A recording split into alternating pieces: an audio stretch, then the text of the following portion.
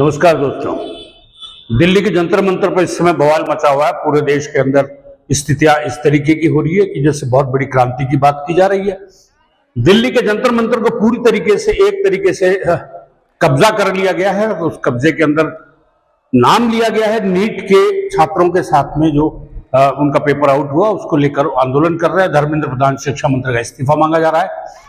यह तो इनकी मूल मांग थी, लेकिन सच्चाई अब सामने आती जा रही है धीरे धीरे कि जंतर मंतर पर प्रदर्शन एक बहुत बड़ी हिंदुस्तान की सरकार और हिंदुस्तान के खिलाफ साजिश का एक बहुत बड़ा हिस्सा है, जिसके अंदर भारत के यूथ को टारगेट बनाया गया और तमाम विपक्षी पार्टियां उसको लेकर आंदोलन में कूद पड़ी है। अब देखिए कितनी बड़ी दुर्भाग्य की बात है, या यूं कहे कि राजनीति के अंदर छात्रों को निशाना बनाया गया और छात्रों के कंधे पर बंदूक रखकर कितने तरीके के लोग वहां पहुंच गए। कोई तलवार लेके आया है, कोई लाठियां लेके आया है, पुलिस वालों पर पत्थर फेंका जा रहा है। स्टूडेंट्स कभी ऐसा काम नहीं करते। और इसके बाद नीट पेपर लीक की बात थी तो नीट पेपर दोबारा करा दिया गया, उसका रिजल्ट भी आ गया। जिन बच्चों को पास होना था पास हो गए, उनके एडमिशन के प्रोसेस चल रहे हैं। लेकिन ये लोग कह रहे हैं कि धर्मेंद्र प्रधान का इस्तीफा। लेकिन अब आप देखिए कुछ चीजें हैं सवाल खड़े करती है। क्या धर्मेंद्र प्रधान के इस्तीफे से पेपर आउट होना बंद हो जाएंगे?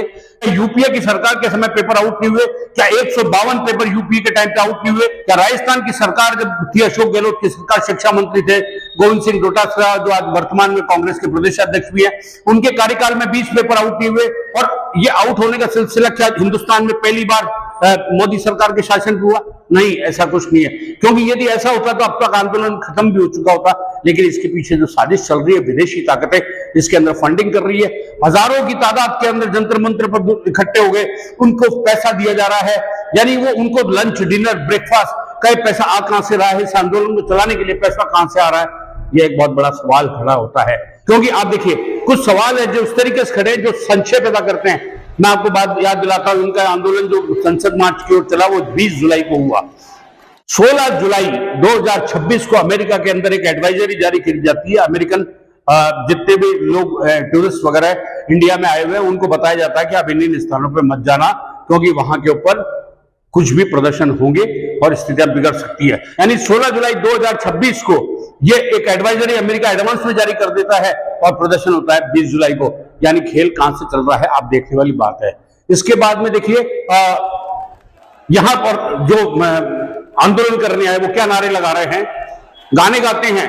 और गाने गाने वाले लोग जो जितने भी आए वो कौन कौन लोग हैं आप सोच के देखिए। आश्चर्य होता है। जो अफजल को फांसी का विरोध करते हैं आतंकी की, उसके अलावा जो कश्मीर को भारत का हिस्सा नहीं मानते वो इसका अंदर विरोध करते, जो भारत माता को भारत माता नहीं मानते, जो हिंदू धर्म को गाली दे रहे। आप देखिए शिक्षा मंत्री का इस्तीफा से इन सवालों का क्या मतलब है? इन जो जिस तरीके की बात कर रहे हैं आप देखिए क्या क्या ये लोग कहते हैं। भारत में सिर्फ अल्लाह तेरा नाम रहेगा, ये गाने गाए जाते हैं। इससे शिक्षा मंत्री के इस्तीफे का क्या लेन देन है और इससे क्या ये पेपर लीक होना बंद हो जाएंगे? जरूरत है पेपर लीक नहीं होनी चाहिए। सिस्टम में बदलाव के लिए प्रधानमंत्री नरेंद्र मोदी ने साफ तौर पर कहा है कि दोषियों को बख्शा नहीं जाएगा और इसकी सुनवाई के लिए फास्ट ट्रैक अदालत बनाई जाएगी ताकि मामला जल्दी जल्दी सुलझ जाए। तो आप देखिए ये कहना भारत में सिर्फ अल्लाह तेरा नाम रहेगा, फिर भारत यदि माता है तो भारत का पिता कौन है? भगवान राम के लिए कहते हैं कि काम जो है नीता के पति अंबानी के लिए किया जाता है कि ये लोग बस सीता के पति का नाम ले लेके नीता के पति का काम कर रहे हैं। आप देखिए प्रेमानंद महाराज, उनसे सौम्य, सरल, योग्य और जिस तरीके की बात वो करते हैं कोई दूसरा व्यक्ति नहीं है। प्रेमानंद महाराज को गाली दी जाती है और वो गाली दी जाने वाले व्यक्ति हैं उनके स्पोक्स पर्सन विजेता दहिया, जो जब उनको प्रेमानंद महाराज के लिए इस तरीके की बात की गई तो 48 घंटे के अंदर उस विजेता दहिया का स्पोक्स पर्सन से रवानगी कर दी, जंतर मंतर पर एंट्री बंद कर दी। यानी आप सोच के देखिए। फिर नारा लगाया जाता है उमर खालिद को रिहा किया जाए। वाह भाई वाह। कश्मीर से धारा 370 को बहाल किया जाए। मतलब हद हो गई है इन चीजों की। भारत तेरे टुकड़े होंगे, संसद को उखाड़ फेंकेंगे, मोदी की पिटाई करेंगे, मोदी के गोली मारेंगे। ये कहने वाले कभी स्टूडेंट्स नहीं हो सकते और हो भी नहीं सकता स्टूडेंट्स हो। और इसके अंदर बॉलीवुड के अभिनेता देखिए अब किस तरीके से कूद रहे हैं, नसीरुद्दीन शाह, रत्ना शाह, शबाना आजमी और कई और भी इस तरीके के इस मामले के अंदर कूद पड़े। आप देखिए इस पूरे आंदोलन के अंदर किस तरीके से क्या क्या खेल हो रहा है। सोनम वांगचुक को एक निशाना बनाया गया है और इसको खेल कौन कर रहा है। आप देखिए आम आदमी पार्टी के संजय सिंह आतिशी सिसोदिया जाते हैं, भाषण देते हैं, इसके बाद में अरविंद केजरीवाल की एंट्री भी हो जाती है और कहते हैं कि वहां सोनम वांगचुक को शिक्षा मंत्री देश का बना दिया जाना चाहिए। अरे बाबू, पंजाब के अंदर तो तुम्हारी आम आदमी पार्टी की सरकार है, कहीं से भी एक बाई इलेक्शन करवाकर सोनम वांगचुक को पहले वहां का तो एक शिक्षा मंत्री बना दो ताकि हालत सुधर जाए। धर्मेंद्र प्रधान को तो इस्तीफा देना चाहिए, लेकिन सोनम वांगचुक को देश का एजुकेशन मिनिस्टर बनाना चाहिए। वो नहीं करेंगे। मोदी के खिलाफ जो भारत की सरकार एक सुदृढ़ सरकार चल रही है, विकास की सरकार चल रही है, भारत की गति विकास की पूरी दुनिया में जिस तरीके से आगे बढ़ रही है वो ये इन सब लोगों के गले नहीं उतर रहा। राहुल गांधी 20 दिन तक विदेशों में थे, लेकिन जब आए उसके 2 दिन बाद प्रदर्शन हुआ। यानी कड़ी को कड़ी से जोड़िए, क्योंकि राहुल गांधी ने साफ तौर पे कहा था कि 1 साल के अंदर मोदी की सरकार को गिरा देंगे। तो किस आधार पे कहा था और ये क्या उसका हिस्सा है? विदेश जाके आना फिर आके ये करना, समझ में नहीं आता कि ये साजिश आखिर क्या राज खोलेगी। अभी लेटेस्ट के अंदर तो एक आतंकी जो है कनाडा में बैठा हुआ पन्नू, उसने इस आंदोलन को चलाने के लिए $10 लाख देने की सिफारिश करी है और रिकमेंड करी है $10 लाख इसको आंदोलन को चलाने के लिए दे रहे। 15 अगस्त तक इस आंदोलन को चलाए, क्यों 15 अगस्त हिंदुस्तान की आजादी का दिन होता है। अब देखिए इस पूरे मामले में देखिए शिक्षा से जिस व्यक्ति का एक दूर दूर तक लेना देना नहीं है, वो राकेश के खुद को किसान यूनियन का बताता है, वहां आके वो भाषण देता है विरोध में।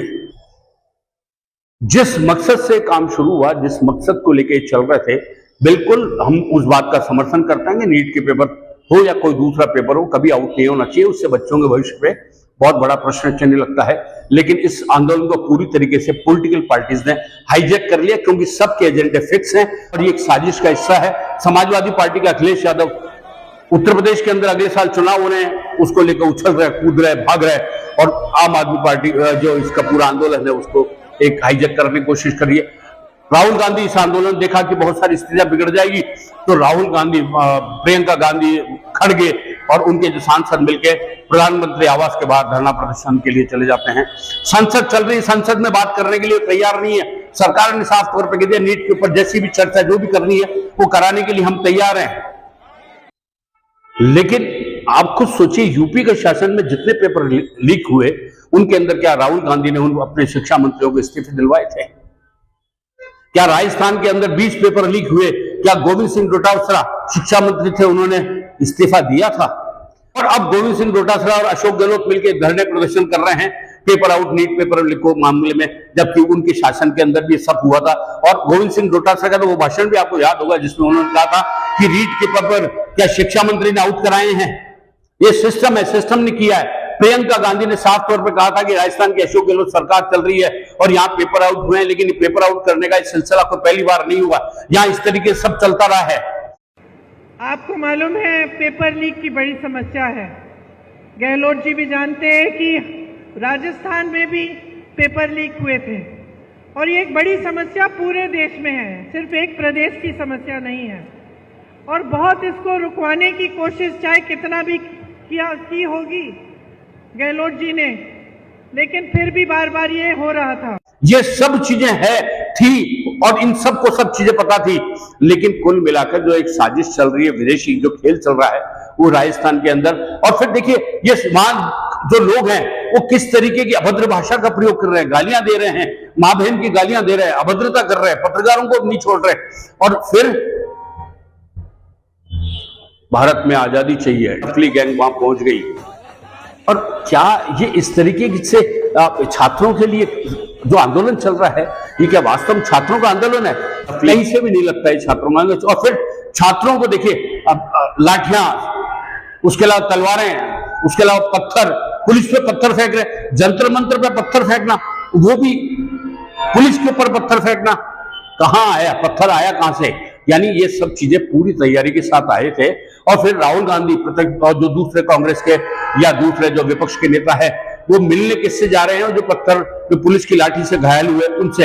एक भी नेता, जितने पुलिसकर्मियों को सिर फूटे, जितने पुलिसकर्मी घायल हुए, उनसे किसी से भी मिलने नहीं गए। यानी पूरे सिस्टम को कोलैप्स करने का, पूरे सिस्टम को जकड़ने का, संसद को नहीं चलने देने का, संसद को उखाड़ फेंकने की बात करने के लिए बात करने वाले, भारत माता को माता नहीं मानने वाले, ये सब लोग मिलकर एक ऐसा आंदोलन चला रहे हैं जिसका मकसद सिर्फ यह है कि मोदी सरकार को गिराना। और तो राहुल गांधी मोदी का इस्तीफा मांगने लग गए। समझ नहीं आ रहा है कि इनको क्या करना है, क्योंकि नॉन प्लान का है और इतने सारी पॉलिटिकल पार्टीज मिलकर चल रही हैं, विदेशी फंडिंग जारी हो गई और अब तो ये साफ तौर पे कहा जाने लगा है कि हम भारत को बांग्लादेश, नेपाल बना देंगे। देश के टुकड़े करने की बातें की जा रही है, हद है। देश एक था, एक है और एक रहेगा, लेकिन इस तरीके के आंदोलन जो एक साजिश के तहत चलाए जाते हैं वैसे तो ज्यादा दिन चलते नहीं है, लेकिन ये मान के चलिएगा कि इसका पटाक्षेप जिस तरीके से होगा, जिन लोगों ने हिंसा फैलाई है, पुलिस उनके खिलाफ इलाज करने में जुट गई है और ऐसा इलाज होगा कि वो जिंदगी भर वो अपने इन नेताओं के करियर जो इनको बर्बाद कर रहे हैं उसको भूल जाएंगे।